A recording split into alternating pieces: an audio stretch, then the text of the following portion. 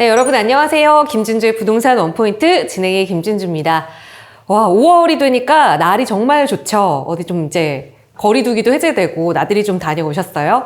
5월은 특히나 이 가정의 달이라고 해서 가족분들이랑 많이 놀러 다니시기도 하는데, 근데 또 5월은 우리 세금에 관련해서도 또 중요한 달이잖아요. 맞습니다. 가정의 달뿐만 아니라 종합소득세의 달입니다. 그래서 오늘 그 이야기를 좀 함께 나눠볼 텐데요. 역시 오늘도 세무와 관련된 모든 이야기 세무법인 가감 지병근 세무사님과 함께 할게요. 세무사님 어서 오세요. 예, 반갑습니다. 네. 오랜만에 뵙는 것 같아요. 네.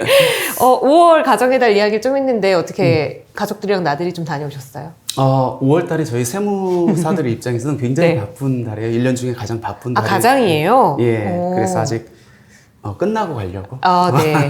역시 가정의 달보다는 종합소득세의 달이 더 중요한 우리 세무사님 가정의 평화를 빌면서 예. 6월에 행복한 나들이를 또 다녀오신다고 약속하셨으니까 자, 그러면 우리 5월 가정의 달 말고 종합소득세의 달에 대해 좀 이야기를 해봐야 할 텐데, 사실 우리가 부동산 세금 이야기를 하면서 1주택자, 뭐 2주택자, 다주택자에 처음 살 때, 팔 때, 그리고 보유할 때 이 세금 다 살펴봤고, 그렇죠. 지난 시간에는 거기다 덤으로 오피스텔에 대한 세금까지 살펴봤는데, 사실 이 정도면 그래도 불인이 수준에서는 알 만큼 다 알았다라고 저는 생각했거든요.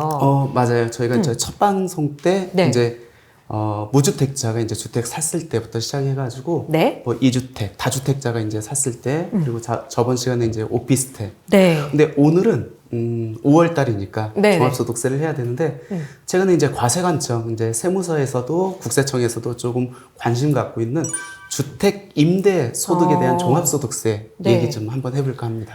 네, 사실 저도 이제 프리랜서로 일을 하다 보니까 저도 종합소득세를 내거든요. 예. 연말정산 안 받고. 그래서 종합소득세는 알고 있었는데 예. 저는 부동산으로 번 돈을 종합소득세로 낸다는 건 또 처음 알았어요. 대상자들이 많은데 그동안 솔직히 신경을 많이 안 썼거든요. 네. 특히 이제 주택 임대는 더욱더 그랬어요. 보통 이제 상가를 임대하고 있는 분들은 보통 사업자 등록을 거의 대부분 발급하고 있고 네. 세금도 이렇게 내고 있는데, 주택 임대는 그동안 납세자들도 잘 이렇게 내는 줄 몰랐고 또 과세 관청도 신경을 안 썼는데, 최근 한 2, 3년 전부터는 네. 이제 주택 임대에 대해서도 그 과세가 이제 강화되다 보니까 이제 조금씩 이제 주택 임대에 대해서 신경을 써야 될 시기인 것 같습니다. 네. 그러니까 뭐 상가를 임대해서 이제 임차 수익, 임대 수익이 있는 분들은 그렇죠. 그동안은 조금 세금을 다 납부하고 계셨는데, 맞아요. 그러니까 우리가 집을 전세로 놓거나 월세로 놓은 거에 대해서는 그동안은 세금 내야 되는 사람도, 그리고 국가에서도 조금씩은 다 느슨했다, 이런 그렇죠. 얘기죠. 사업자 등록을 해야 됨에도 불구하고 아직까지도 사업자 등록을 해야 되는지 모르는 분들이 많이 있습니다. 네. 그래서 오늘 이제 그 세부적인 내역, 또 어떻게 세금을 내는지 한번 살펴보도록 하겠습니다. 네, 알겠습니다. 뭐 그동안 그렇게 느슨했던 이유도 있겠지만, 뭐 제가 부동산 세금이 이 종합소득세에 포함된다라는 건 제가 전세 주고 월세 줄 집이 없었다는 이야기가 되기도 하겠죠. 네, 좀 마음 슬프지만. 자, 그러면 이런 걸 좀 살펴봐야 될 것 같아요. 우선은 부동산으로 그러면 소득이 있으면 다 종합소득세를 내느냐, 이 부분부터 좀 살펴봐야 될 텐데, 우리가 1주택자에 대한 여러 가지 혜택들을 막 기존에 살펴봤잖아요. 맞아요. 근데 종합소득세도 나는 주택이 하나 있지만 이거를 전세 주고 제가 딴 데 가서 또 전세 살 수도 있고, 그렇죠. 약간 돈 벌려고 하는 게 아닌 경우들도 있잖아요. 맞아요. 그러니까 주택을 임대했었을 때 세금을 내야 되는 이제 과세 대상자라고 하거든요. 네. 딱 정해져 있습니다. 그러니까 주택이 몇 채 있는지, 그리고 그 주택을 월세로 임대를 줬는지 네. 아니면 전세로 줬는지에 따라 다른데 기본적으로 내가 월세로 임대를 줬다, 주택을. 네. 그러면은 이제 두 채부터 세금이 이제 과세된다. 두 채부터 세금을 내야 된다라고 보시면 될 것 같고. 네? 그러면은 월세를 하나는 내가 살고 있고 예. 하나는 월세를 줬다. 이러면 이거는 비과세인 건가요? 임대를 준 주택 수가 두 채 이상이어야 되는 건 아니고 내가 가지고 있는 주택을 포함해서 두 채 이상이면 됩니다. 그러니까 말씀하신 대로 내가 하나는 살고 있어요. 네. 또 하나의 명의의 임대를 줬다. 근데 이 임대가 월세다. 그럼 이제 세금을 내야 되는 대상자다라고 이렇게 보시면 될 것 같습니다. 그럼 그게 두 채로 포함이 되는구나. 맞아요. 하나만 주고 있어도. 내가 살고 있는 것까지 포함해서 주택 네. 수를 계산해야 된다. 그러면요. 네. 이런 경우도 있잖아요. 요즘에 1주택에 대한 그 욕망이 다들 크셔가지고, 다세대보다는 약간 다가구 다가구. 선호하시고, 또 맞아요. 상가주택 선호하시고, 맞아요. 결국에 이거는 세대수로는 하나잖아요. 맞아요. 그렇지만 또 그 안에서 월세를 받으시는 경우들이 있어서, 그렇죠. 이건 어떻게 해요? 아까 그 월세로 줬었을 때 일단 주택이 2채 이상부터 이제 세금을 내야 된다 하잖아요. 네. 그러면 내가 다가구 주택을, 왜 그러면 다가구 주택은 단독 주택이니까 한 채로 하나, 보잖아요. 네. 근데 그 다가구 주택에 뭐 15가구가 들어가 있어가지고 월세가 예를 들어서 1,000만 원씩 나온다. 좋겠다. 라고 하면은 굉장히 많은 수익이 네. 나오는데 이 사람들은 주택이 한 채이기 때문에 세금을 안 낼 수 그쵸. 있잖아요. 그래서 이제 저희 이제 법에서는 어떻게 돼 있냐면 원래 월세를 주면은 2채부터 세금을 내야 되는데 한 채도 예외적으로 내는 상황을 이제 규정해 놓고 있습니다. 네. 근데 한 채가 임대소득에 대해서 세금을 내려면은 주택 공시 가격이 9억 원이 넘어야 돼요. 그러니까 우리가 쉽게 말하면 좀 고가 주택에 네. 대해서는 월세를 받은 경우에도 세금을 내라라는 겁니다. 근데 어떻게 보면은 이게 이제 시가가 아니고 주택 공시 가격을 갖고 판정하기 때문에 주택 공시 가격이 9억 원 이하라면 그렇죠. 그 가구에서 월 1,000만 원이 나온다 할지라도 세금 안 낼 수 있어요. 그러니까 만약 한 채를 갖고 네. 월세 수입, 투자 수익으로 이렇게 삼고자 하는 거는 항상 주택 공시 가격을 보고 판정하시면 좋을 것 같아요. 네. 공시 가격이 9억이 넘느냐 안 넘느냐에 따라서 그 월세 수입에 대해서 세금을 내는지 안 내는지가 달라집니다. 와, 이거는 진짜 꿀팁이네요. 다가구 주택이나 상가 주택은 사실 공시지가가 호가보다 많이 좀 낮은 편이잖아요. 낮죠. 네, 맞습니다. 근데 그게 9억이 안 넘으면 뭐 월세를 1,000만 원, 2천만 원 받아도 비과세. 맞아요. 아. 세금을 낼 의무가 없습니다. 근데 내가 3억짜리 집을 2개 가지고 있어서 월세를 다 주면 그거는 다 그건 과세. 두 채니까. 어, 예, 맞습니다. 요런 팁은 우리 세무사님하고 이야기해야만 알 수 있는 거겠죠? 와, 9억 이하, 이게 공시지가라는 거. 네, 좀 주택 공시 가격. 네, 그걸로 기준으로 한다는 거. 호가가 아니고 잘 기억해 보시면 또 여기서도 절세 효과를 좀 얻어가실 수 있겠네요. 그래서 일부 이렇게 주택에 투자하시는 분들은 요 내용을 알고 있는 분들은 우리가 이제 다가구 주택, 특히 이제 월세 수입을 얻으려고 이제 투자하시는 분이 많이 있거든요. 네, 그렇죠. 그래서 주택 공시 가격을 보고 의사결정하는 분들이 많이 있어요. 정말 요즘 똑똑한 분들이 정말 많이 느셨어요. 투자자분들 중에. 세금은 똑똑해야 그건 결사할 수 그래요. 있습니다. 맞아요. 그리고 또 확실하게 한 번 더 결정하시기 전에는 세무상담 받아보시면 맞습니다. 더 맞아요. 절약하실 수도 있겠죠. 시작하면서 제가 약간 질문 드려서 간단하게 좀 소개를 해주셨던 것 같은데 아까 이 월세의 주택 수 예. 이걸 따질 때 우리가 종합부동산세는 인별과세였고 그리고 양도세는 세대수, 세대. 가구수를 기준으로 했었잖아요. 맞아요. 근데 이게 조금 차이가 있는 것 같아요. 이 월세 맞아요. 다시 한 번만 설명을 좀 주택 해주세요. 임대소득에 대해서는 아까 월세로 받을 때 두 채부터, 네. 그다음에 전세로 준 경우에는 세 채부터 이렇게 과세 대상 세금을 네. 내야 되는데 이 주택수 판정할 때 아까 종부세하고 양도세와는 달리 나하고 배우자의 주택만 갖고 이렇게 판정을 합니다. 예를 들어 가지고 남편이 한 채가 있어요. 네. 부인이 한 채 있고 자녀가 한 채 자녀. 있습니다. 네. 그러면 세대로 따지면은 세 채잖아요. 채. 네. 근데 이제 그 자녀 거는 이제 포함이 안 되고 쉽게 비속이니까. 그러니까 남편하고 뭐 부인의 주택이 이제 합해서 두 채이기 때문에 네. 이 한 채는 본인들이 살고 여기에서 월세를 받았다. 그러면 세금을 내야 되는 거고 그래서 전세를 줬다. 네. 그러면 요건 세 채가 아니기 때문에 안 내도 되는 거고. 그래서 네. 결론적으로 주택 임대에 있어서 주택수는 본인하고 배우자의 배우자. 주택을 갖고 판정한다. 직계 존속하고 비속은 같이 살고 있어도 네. 주택수에 포함되지 않는다라고 와. 보시면 될 것 같아요. 네. 여기서는 갑자기 부부의 연을 끈끈하게 좀 챙기는 것 같아요. 부부 영촌 여기서 좀 느낄 수 있는. 네. 결국에 나와 배우자의 주택 수만 여기서 포함이 된다. 이것만 기억을 하시면 이건 조금 쉽게 넘어갈 수 있겠네요.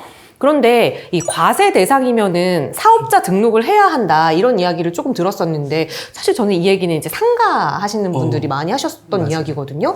그러니까 예전에 이제 상가 같은 경우는 워낙 많이 알려져 있으니까 내가 상가, 조그만 상가라도 임대소득이 있으면은 네. 사업자 등록을 다 하세요. 거의 대부분이. 네. 근데 주택은 거의 뭐 주택을 사업자 등록을 한다라는 맞아. 거는 잘못 들어요. 최근에 이렇게 얘기가 되고 있거든요. 네. 아까 말씀드렸듯이 과세 대상에 해당하면은 이제 사업자 등록을 주택 임대도 내셔야 됩니다. 그 말은 월세로 준 경우에 두 채 이상, 네. 그러니까 세 채 이상 중에서는 전세로 준 경우에는 과세 대상자에 해당하기 때문에 반드시 사업자 등록을 해야 된다. 반드시예요? 의무예요? 의무사항이에요, 이거는. 근데도 안 하시는 분들 많죠. 꽤 많은데? 네. 네.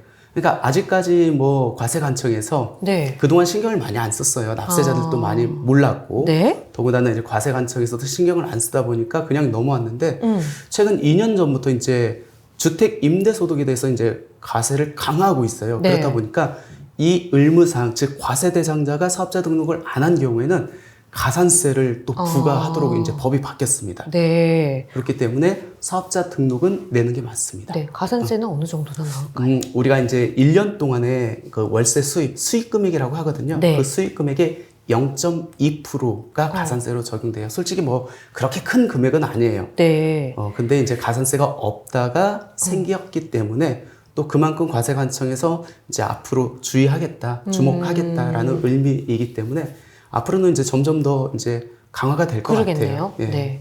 그런데 지금 말씀하신 게 우리가 계속 사업자 등록 이야기를 했잖아요. 예. 주택 임대를 할 때. 맞아요. 여기서 살짝 헷갈리는 게 주택 임대 사업자라는 용어를 우리 또 따로 쓰잖아요. 맞아요. 요거랑 좀 차이가 있는 거예요? 그러니까 많이들 헷갈려 하세요. 그러니까 세무서에 등록하는 사업자 네. 등록하고 지방자치에 등록하는 임대사업자 등록 네. 용어가 조금 비슷하거든요. 비슷해요. 근데 전혀 다른 겁니다.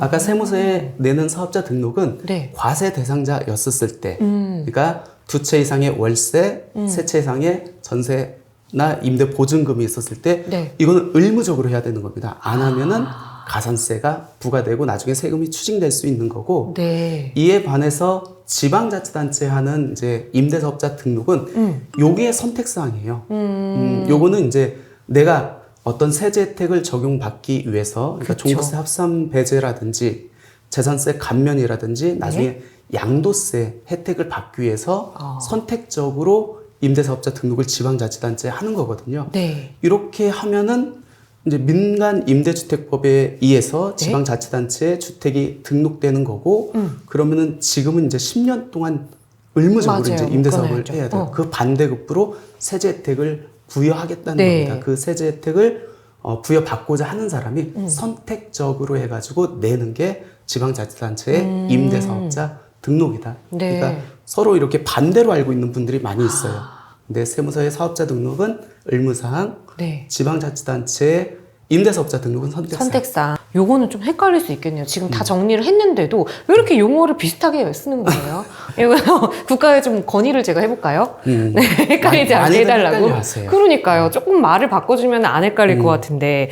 근데 이제 제가 또 이렇게 듣다 보니까 우리 시청자분들의 솔직한 마음을 좀 대변하고 싶은 게 네.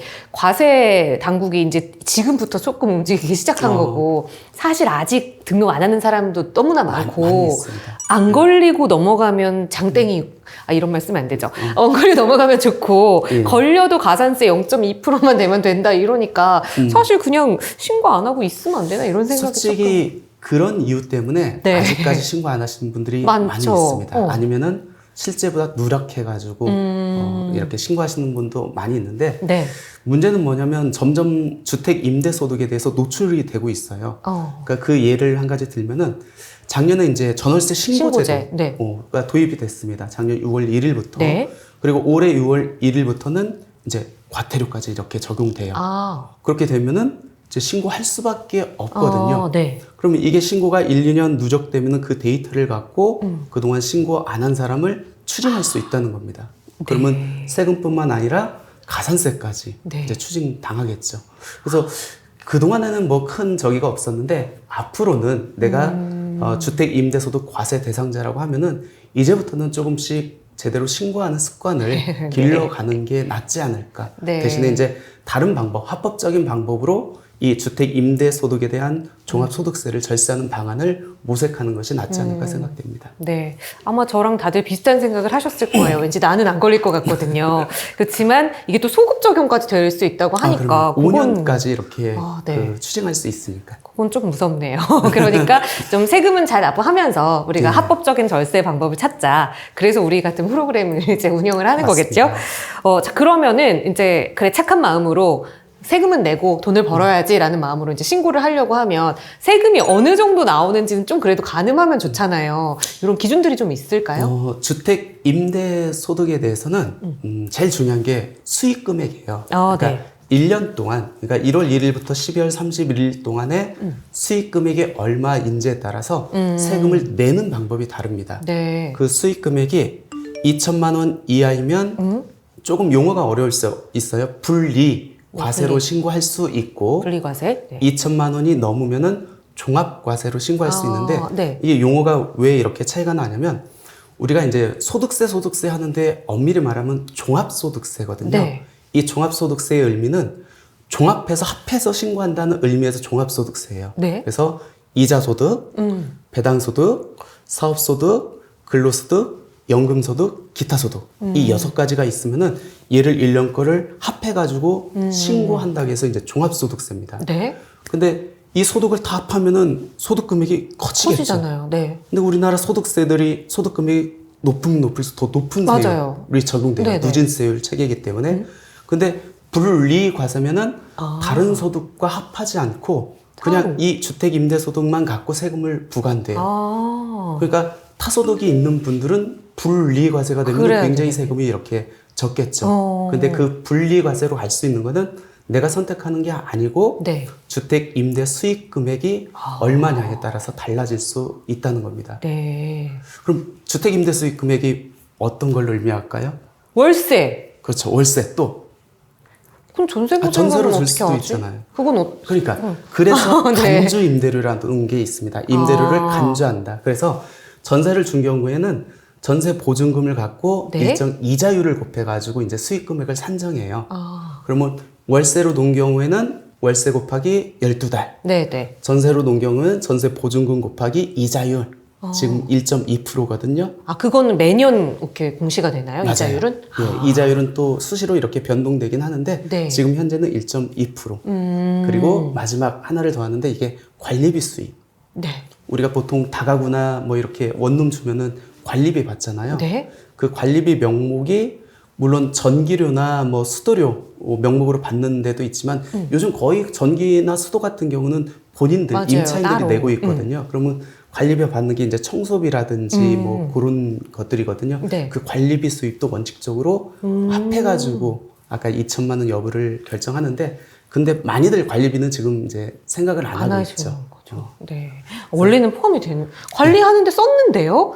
그러니까 수입에는 들어가고 네. 그 관리비 그 낸 것들을 이제 경비로 이렇게 경비 처리를 또 따로 해서. 해줍니다. 맞아요. 그래서 그 기준이 2천만 원까지. 맞아요. 1년 동안의 수익 금액이. 그러면 이제 다른 데서 돈을 번 거랑은 아예 그냥 분리해서, 그래서 맞아요. 분리과세. 맞아요. 근데 만약에 이제 내가 월세를 200만 원씩 받아가지고 2,400만 원이 넘고 관리비까지 하면 한 2,500만 원을 벌면 종합과세인 거잖아요. 그렇죠. 다른 소득이 있으면은 근로소득이 있다거나 네. 아니면 내가 어떤 다른 사업을 해가지고 거기서 뭐 이익이 있다. 합해서 신고를 해야 되니까 부담이 더 커지죠. 네. 그런 경우에는 어떻게 해야 될까요?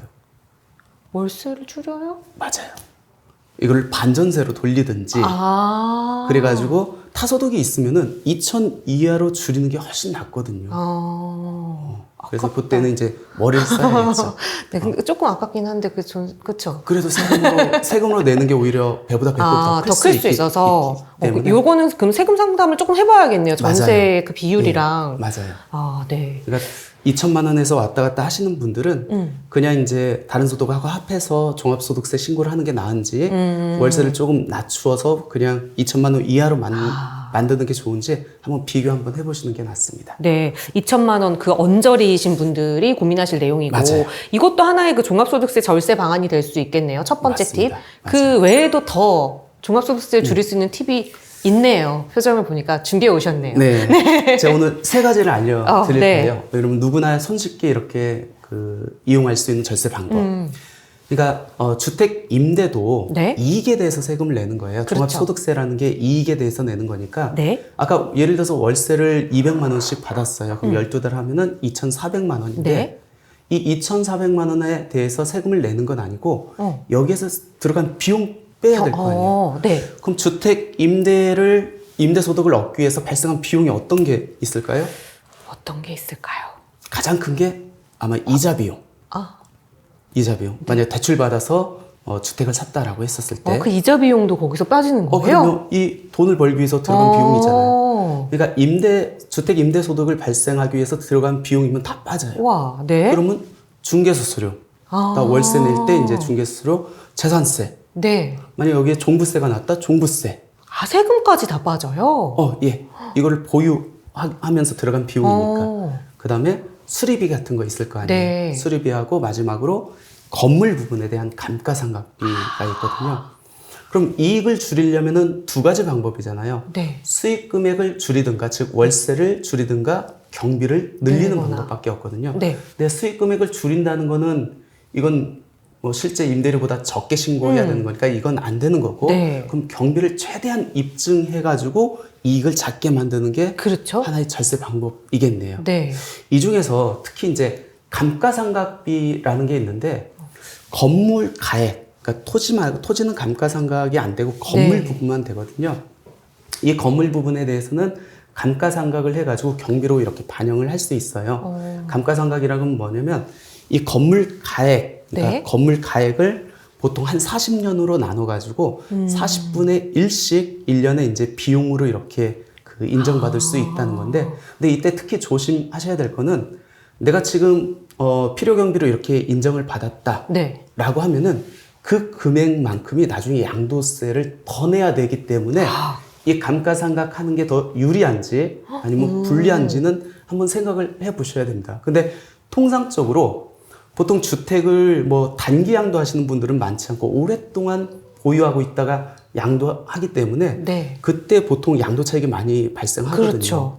그럼 양도 차익이 많이 발생한다고 하면은 그때 높은 세율을 적용을 많이 받아요. 그러니까요. 그러면 임대소득 때 뭐 세율 구간이 낮다라고 하면 굳이 여기에서 감가상각을 비용으로 늘 필요는 없다는 겁니다. 그래서 대부분은 아마 감가상각을 하지 않는 것이 더 유리하지 않을까 생각됩니다. 네.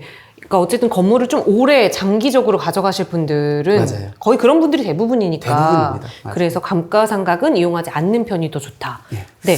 두 번째 절세 방법은 세금 신고를 하는 데 있어서 네. 거의 대부분이 이제 간편장부 대상자일 거예요. 그거는 이제 우리가 이제 홈택스에 보면은 신고 유형이 이렇게 나와 있거든요. 네. 내가 간편장부 대상자인지 아닌지. 간편장부 대상자라는 건 뭐냐면 직전 연도, 올해 말고 직전 연도에 주택 임대 수익 금액이 7,500만 원 미만인 사람들입니다. 네. 아마 여기에 대부분이 대부분이실 것 포함될 같아요. 거예요. 네, 네.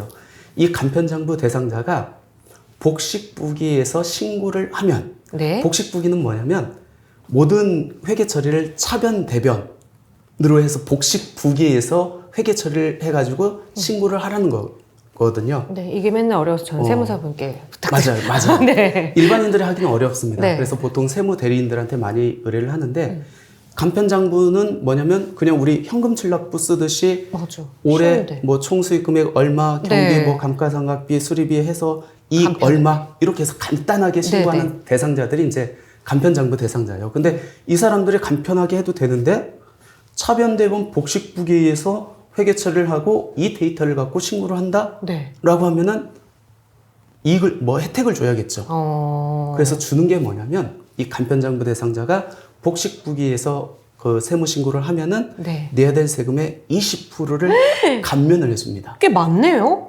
100만 원을 한도로 해서 꽤 많아요. 그렇기 때문에 이것도 거의 대부분이 간편장부 대상자일 거예요. 네. 직전 연도에 임대 수익 금액이 7,500만 원 이하인 자. 그러니까 그런 사람들은 세무사님들한테 의뢰를 하면은 이제 비용이 조금 들더라도 네, 임대 수익 금액이 크면은 20%를 감면받을 수 있기 때문에 그것도 잘 활용하시면은 좋을 것 같아요. 네. 우리 세무사분께 부탁드리는 그 대리 비용이 100만 원은 안 하잖아요. 그러니까요. 그렇죠. 그냥 100만 원 정도 내가 더 가져올 수 있다, 혜택이 있다 하면 그렇죠. 맡겨서 이 복식을 예, 복식부기로 해가지고 이걸 신고. 해주세요. 예, 맞습니다. 네, 거기서도 두 번째 절세 방안이 있고. 마지막에는 네. 우리가 주택을 임대한다고 했었을 때는 뭐 임대 소득이 발생할 수도 있지만 네. 올 한 해 어떤 뭐 이유에 의해서 공실이 발생할 수도 있습니다. 그렇죠. 그러면 이익은 없으면서 비용만 들어간 경우가 네. 있어요. 이걸 이제 세법적 용어로 결손이 발생한다고 하거든요. 네. 이렇게 결손이 있었을 때 이 결손을 증빙을 통해 가지고 신고를 해 놓으시는 게 좋습니다. 왜 그러냐면 이렇게 발생된 결손은 향후 15년 동안 끌고 갈 수 있어요. 그 얘기는 뭐죠? 내년에 올해는 결손이지만 내년에 주택 임대 소득이 이제 발생을 한다. 네. 그 이익하고 상기시킬 수 있습니다. 15년 동안이나요? 맞아요. 그러니까 고스란히 써먹을 수 있다는 얘기거든요. 근데 많은 분들이 나 결손이네, 세금 낼 거 없네, 그냥 대충 신고하지 이렇게 하시는데 실제 결손을 다 증빙해가지고 신고해 놓으면은 그 결손을 15년 동안 통산할 수 있고, 네. 그리고 아까 종합 다른 소득이 있으면 합해서 신고한다고 했잖아요. 네. 만약 예를 들어서 내가 근로소득자야. 5천만 원의 소득 금액이 발생했어요. 네.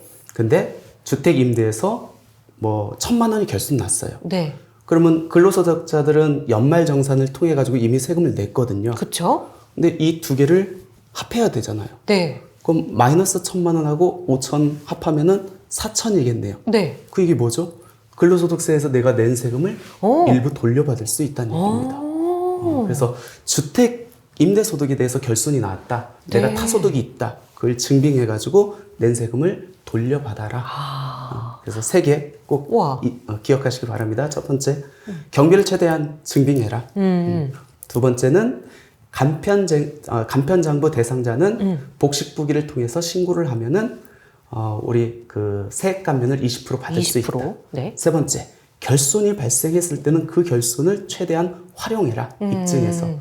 그래서 낸 세금 돌려받든지 향후적으로 내야 될 세금을 줄이든지. 네. 예. 와. 그거 꼭 기억하시면 이거는 손쉽게 누구나 네. 이용할 수 있는 뭐 절세 방법이지 않을까 생각됩니다.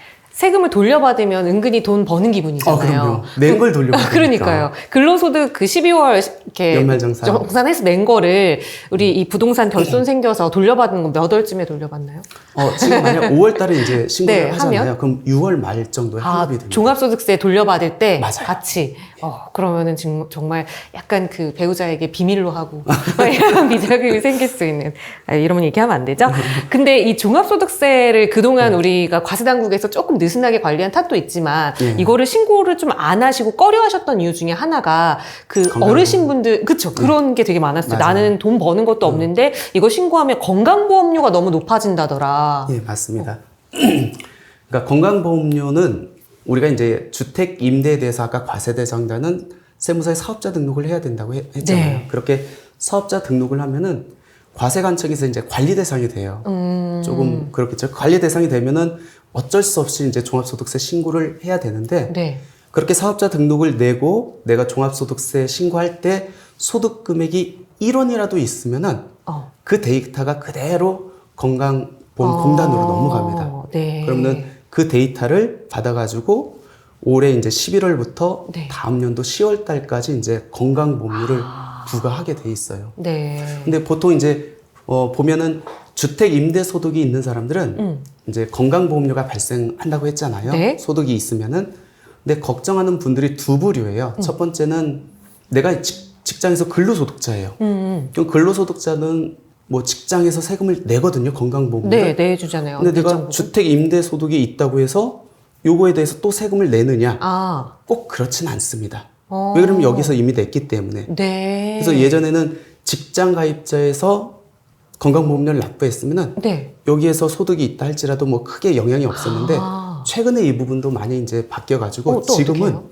직장에서 건강보험료를 이미 냈다 할지라도 네. 이 소득, 주택 임대 소득이 소득 금액입니다. 네. 경비를 뺀 금액이 3,400만 원이 넘으면 여기서 냈음에도 불구하고 별도 추가 보험료를 내라라고 이렇게 바뀌었어요. 네. 그러니까 3,400만 원이 안 넘으면 상관이 없고 네. 넘으면은 플러스 알파의 건강보험료가 발생할 수 있다. 근데 이 3,400만 원 금액이 올해 7월 달부터 네. 2천만 원으로 내려갈 줄어요? 예정입니다. 그러면 더 많은 사람들이 이제 건강보험료를 그러겠네요. 납부하겠죠. 또 한 부류는 걱정하는 또 한 부류는 뭐냐면 그동안 내가 남편 아니면 자식의 피부 양자가 피부 양자. 있었어요. 그쵸. 네. 네. 그럼 난 건강보험료를 하나도 안 냈거든요. 네. 근데 내가 주택 임대소득 과세 대상자여서 사업자 등록을 내고 소득세 신고를 했는데 소득 금액이 1원이라도 발생했어요. 그러면 그 피부양자에서 떨어져 나옵니다.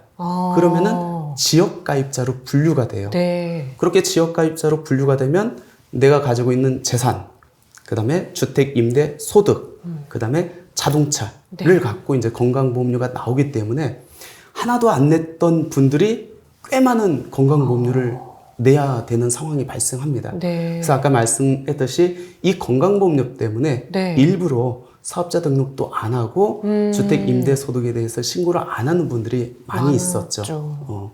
근데 이제 앞으로는 주택 임대 소득이 굉장히 이제 노출이 될 거예요. 네. 그렇다 보니까 이 부분은 어쩔 수 없는 상황이다라고 그러네요. 생각을 하시고 의사결정 이제 본인들이 알아서 하시면 될 것 같습니다. 네, 뭔가 여운이 깊게 남는.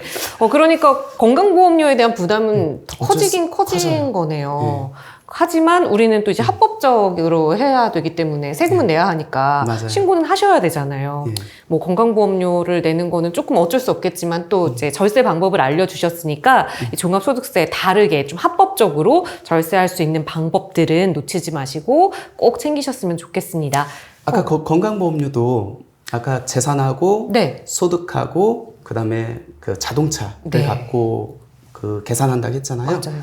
그러면 주택 임대 소득 금액을 네. 아까 그 절세 방법을 통해 가지고 작게 한다고 하면은 건강보험료를 그나마 조금 줄일 수 있겠죠. 네. 거기서도 또 그, 영향이 네. 조금 이제 줄일 수 있는 세금을 줄일 수 있는 절세 혜택까지 또 알려드렸으니까 잘 챙겨보시고요. 건강보험료가 그래도 너무 부담된다 하신다면 언제든 자세한 세무 상담은 전문 세무사와 함께 해보신다면 더 좋은 또 구체적인 절세 방안이 나올 수도 있을 것 같아요. 부동산 하면 정말 세금이 뭐 보유세, 양도세 이런 것만 있는 줄 알았는데 또 이 가정의 달 5월에 챙겨야 할 게 있다고 하니까 살짝 마음이 조금 아프면서 머리도 복잡해지긴 하지만 그래도 우리 가정의 달 모두 행복하게 보내셨으면 좋겠고 세금 많이 환급받는 달이 되시기를 진심으로 좋죠. 네, 진심으로 기원을 하면서 불이익 탈출 프로젝트 시즌 1에서 우리 세무사님과 함께한 마지막 시간이었어요. 어떻게 도움이 그 첫 시간부터 해가지고 네. 이제 무주택자부터 시작해가지고 다주택자 네. 그리고 뭐 오피스텔 오늘 이제 주택 임대까지 이렇게 말씀을 드렸는데 어떻게 도움이 되셨는지 모르겠습니다. 네, 저도 뭐 첫째 주에 배운 거 한 세 번째 주 됐을 때 까먹고 이랬었는데 우리 시청자 여러분들도 그러시지 않으셨을까. 하지만 그래도 우리는 돌려보기의 기능이 있으니까 다시 한번 보시면서 언제든 꼭 내가 이 세무와 관련돼서 뭔가 좀 필요하다, 공부가 좀 필요하다 하실 땐 돌려보시고 모르시면 댓글이라도 남겨서 꼭 전문가의 도움 받아보시기 바랍니다. 1, 2만 원 아끼려다가 100만 원, 1000만 원 잃을 수 있고 맞아요. 10만 원, 20만 원 아끼려다가 1억, 2억 날릴 수 있다. 이런 거 우리 그동안 여러 사례로 배웠으니까요. 세무 상담은 늘 좀 가까이 두시는 게 좋을 것 같습니다. 여러분 불이익 탈출하는데 많은 도움이 되셨기를 바라고요. 시즌 1에서 우리 지병훈 세무사님과는 여기서 인사드리고요. 다음 주에는 주정훈 간병사님과 함께 또 여러분 불이익 탈출하실 수 있는 좋은 내용으로 찾아뵐게요. 이번 시간도 함께 해주신 여러분 고맙습니다. 감사합니다.